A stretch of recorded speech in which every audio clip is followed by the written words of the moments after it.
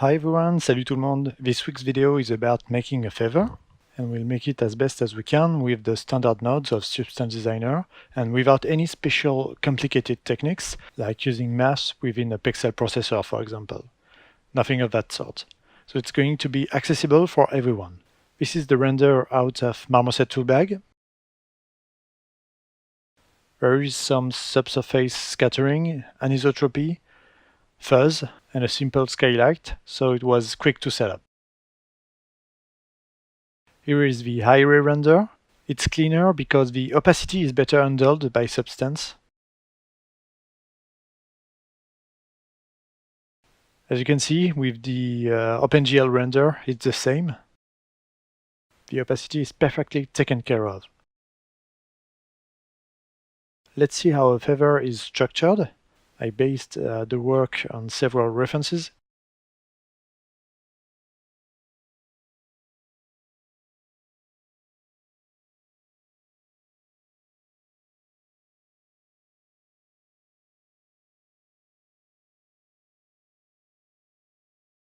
And here we can find some vocabulary. There are different kinds of feathers. Ours is going to be a flight feather. We see the vein, the rachis, or spine, the barbs, and downy barbs at the base. Here a close-up view of the barbs.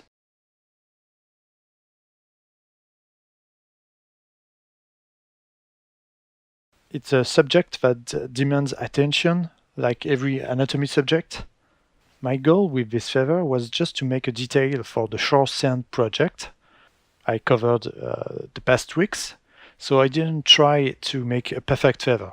Some parts are incorrect, like at the base and the tip here. We should see thinner barbs and see their termination. Next to the rachis, the barbs should be thinner too. Anyway, seen from a distance, the feather looks convincing to me, and as part of a bigger texture, as a simple detail, it will be more than enough. This feather is going to be partly hidden under algae and maybe a bit of sand. We'll see. So it's not going to be a step-by-step tutorial this time, because some parts are repetitive and would be painful to watch. So I'll just go through the graph and present it to you as simply as possible. Here it is. I started with the barbs and combined them with a base shape on which I subtracted several cuts.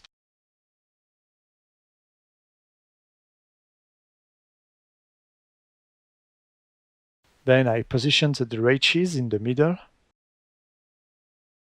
I also had to make some contour adjustments, and it was time to twist it and soften the borders a little.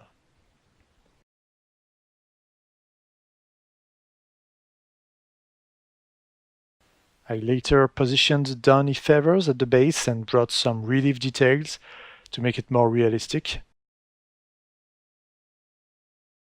Also, a quick deformation pass.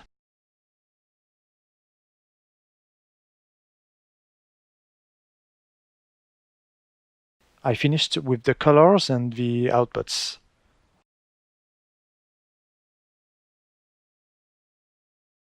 Let's start with the barbs. The waveform is a quick and cheap way to get the barbs.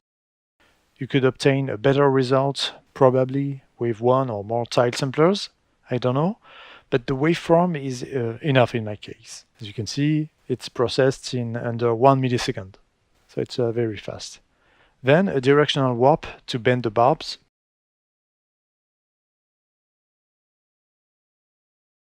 I used a strong intensity. You just need to position the wave in a certain way to get what you want, hence the transform 2D. Then I combined it with a base shape. The base shape is also a waveform that I cut in half. I prolonged it with a rectangular shape and added a rounded tip. Stretch it horizontally. And then I added the different cuts with subtract planes. I bent some of them with directional warps.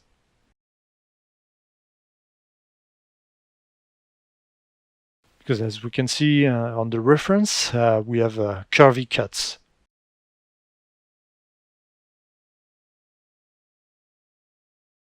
Here a levels node to get a better contrast and more volume.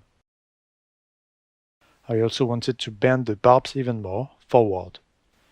So I took the feather shape and blurred it as the intensity source of the directional warp.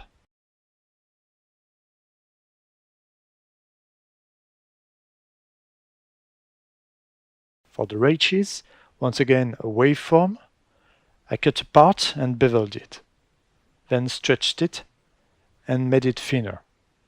A multiply blend with a gradient gave it volume and roundness. And then it's very easy, I copied it in the middle of the feather. So copy blending mode with a white mask to make sure there's no transparency.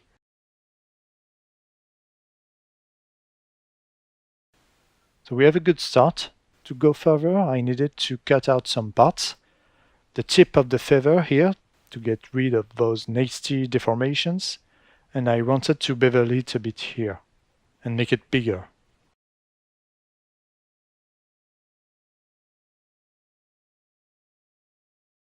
Here I deleted the smaller barbs and subtracted a small space to better blend the downy feathers later. Let's see how I made this patch of fluff. The start is based on directional scratches, some warping to curve them, a pinch of slope blur based on black and white spots 1. I combined the result with itself using just a transform.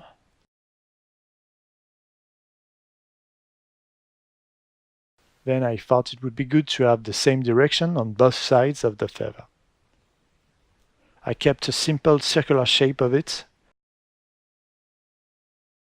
positioned it, twisted it a bit more forward, and got rid of the center part. Then I wanted to give it a furrier aspect, so I used the fur free and put it on the previous result.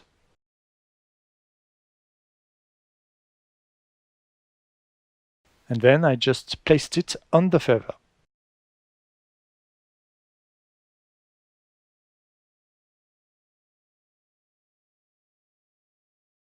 Let's not forget the torsion, because a complete straight feather doesn't look good. And then I just brought some softness to it.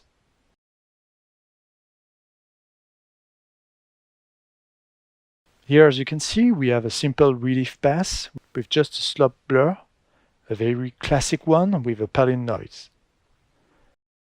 And then a small crease here on one side.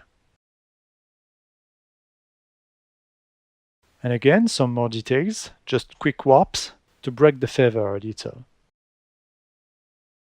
Then it was time to a simple color pass. I wanted light grays and greens.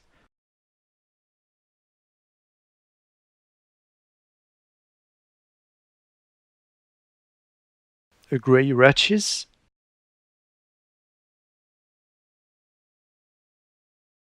And a gradient from white to green.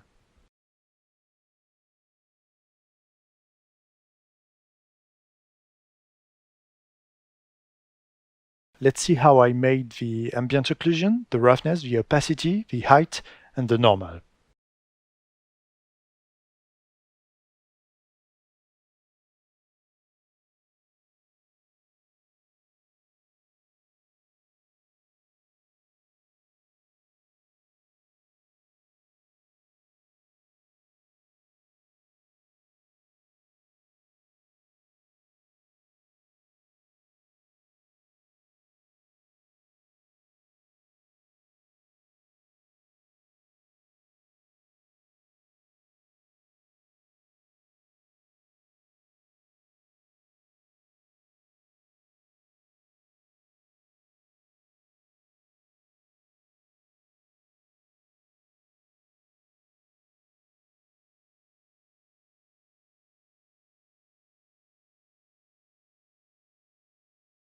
And that's it.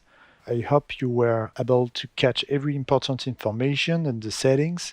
If you have questions, please ask them in the comments. You can also write to me on ArtStation. I sometimes receive messages from subscribers, and I always take the time to answer. What I recommend is to try it for yourself. It's something that can be made quickly. It took me an afternoon, around 4 to 5 hours at most. It's relatively similar to making a leaf, and I watched a leaf tutorial in the past made by Richard Piper, freely available on YouTube. It's a must watch. Thanks for watching, and see you next Monday. We'll talk about cracks. I want to make a cracks study, cracks on different matters, on glass, on slate, concrete, and I will try many different techniques and just select the best ones for you. Thanks again. Bye-bye.